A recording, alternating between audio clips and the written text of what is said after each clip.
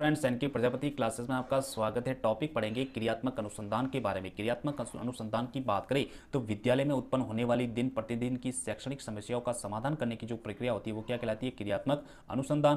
क्रियात्मक अनुसंधान का संबंध जो है शैक्षणिक समस्याओं का वैज्ञानिक ढंग से क्या करना, समाधान करना। जो भी शिक्षण पद्धति में जो समस्या आ रही है उनको वैज्ञानिक ढंग से उनका क्या करना, समाधान करना। क्रियात्मक अनुसंधान के अंतर्गत विद्यालय के कार्मिकों द्वारा विद्यालय की समस्याओं का क्रमबद्ध रूप से क्या किया जाता है, समाधान किया जाता है।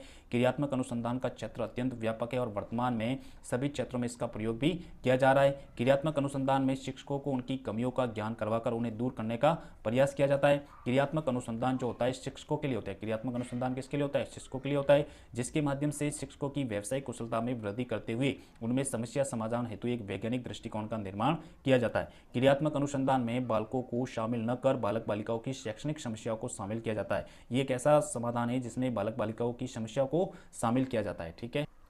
क्रियात्मक अनुसंधान शब्द का जो सबसे पहला प्रयोग है 1926 में बंकिंगम के द्वारा किया गया था और इसकी व्याख्या जो है 1930 में की गई। तो ये भी चीज़ याद रखनी है। परंतु इसका मूल स्वरूप की बात करें का श्रेय जो है 1933 में कोलियर जो कि अमेरिका को जाता है। सामाजिक संबंधों में सुधार करने हेतु सर्वप्रथम प्रयोग जो किया था 1946 में लेविन के द्वारा किया गया। लेकिन शिक्षा के क्षेत्र में इसका सर्वप्रथम इसका प्रयोग जो है 1953 में स्टीफन एम कोरे के द्वारा किया गया। ये प्रश्न आया हुआ है। सबसे पहले स्टीफन एम कोरे को क्रियात्मक अनुसंधान का क्या माना जाता है? जनक माना जाता है। तो ये चीज अपन को याद रखनी है। अब क्रियात्मक अनुसंधान की परिभाषाओं की बात करें तो सबसे पहला स्टीफन एम कोरे ने परिभाषा दी थी कि विद्यालय में उत्पन्न होने वाली दिन प्रतिदिन की शैक्षणिक समस्याओं का समाधान करने की जो प्रक्रिया होती है वो क्या कहलाती है? क्रियात्मक अनुसंधान। दूसरी परिभाषा दी थी गुड महोदय के अनुसार कि क्रियात्मक अनुसंधान उस कार्यक्रम का अंश या भाग है जिसका संबंध जो है विद्यालय की अवस्थाओं में परिवर्तन करने से होता है। तो ये भी परिभाषा किसने दी?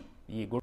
तीसरी परिभाषा है मौलिक की बात करें तो तात्कालिक शैक्षणिक समस्याओं का समाधान करने की जो प्रक्रिया है वो क्रियात्मक अनुसंधान कहलाती है। उसके बाद में क्रियात्मक अनुसंधान के प्रमुख उद्देश्यों की बात करेंगे तो सबसे पहले विद्यालय की दिन प्रतिदिन की समस्याओं का क्या करना, में समाधान करना। शिक्षकों को उनकी कमजोरियों का ज्ञान करवाकर उन्हें दूर करना, ये भी दूसरा उद्देश्य है। शिक्षकों की व्यावसायिक कुशलताओं में क्या करना, वृद्धि करना। शिक्षण सहायक सामग्री का में क्या करना, निर्धारण करना। शिक्षकों, प्रधानाध्यापक, प्रबंधकों में वैज्ञानिक दृष्टिकोण का क्या करना, निर्माण करना। विद्यालय में यांत्रिक वातावरण में परिवर्तित करना।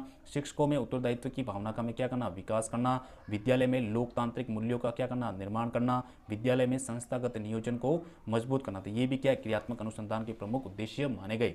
अब इसके सोपान की बात करें, सबसे पहले समस्या का चयन करना। सबसे पहले हमें क्या करना है, समस्या का चयन करना है। प्रस्तावों पर विचार विमर्श करना। तीसरा, उपकल्पनाओं का निर्माण करना। तथ्यों को संकलित करने की योजना बनाना। योजनाओं की क्रियान्वयन व परिणामों का क्या करना, संकलन करना।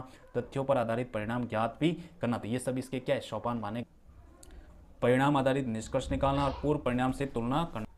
उसके बाद में क्रियात्मक अनुसंधान के क्षेत्र की बात करें तो सबसे पहले शिक्षार्थी से संबंधित क्षेत्र होता है और शिक्षण से संबंधित क्षेत्र भी माना गया है। विषय वस्तु से संबंधित क्षेत्र और शिक्षक से संबंधित क्षेत्र और संस्था से संबंधित क्षेत्र। तो ये सब क्रियात्मक अनुसंधान के क्षेत्र माने गए, जिसमें कि शिक्षार्थी, शिक्षण, विषय वस्तु, शिक्षक और संस्था। तो ये हमारा टॉपिक था क्रियात्मक अनुसंधान के बारे में। अगर आपको वीडियो अच्छा लगा हो तो चैनल को सब्सक्राइब करना, लाइक करना, कमेंट करना।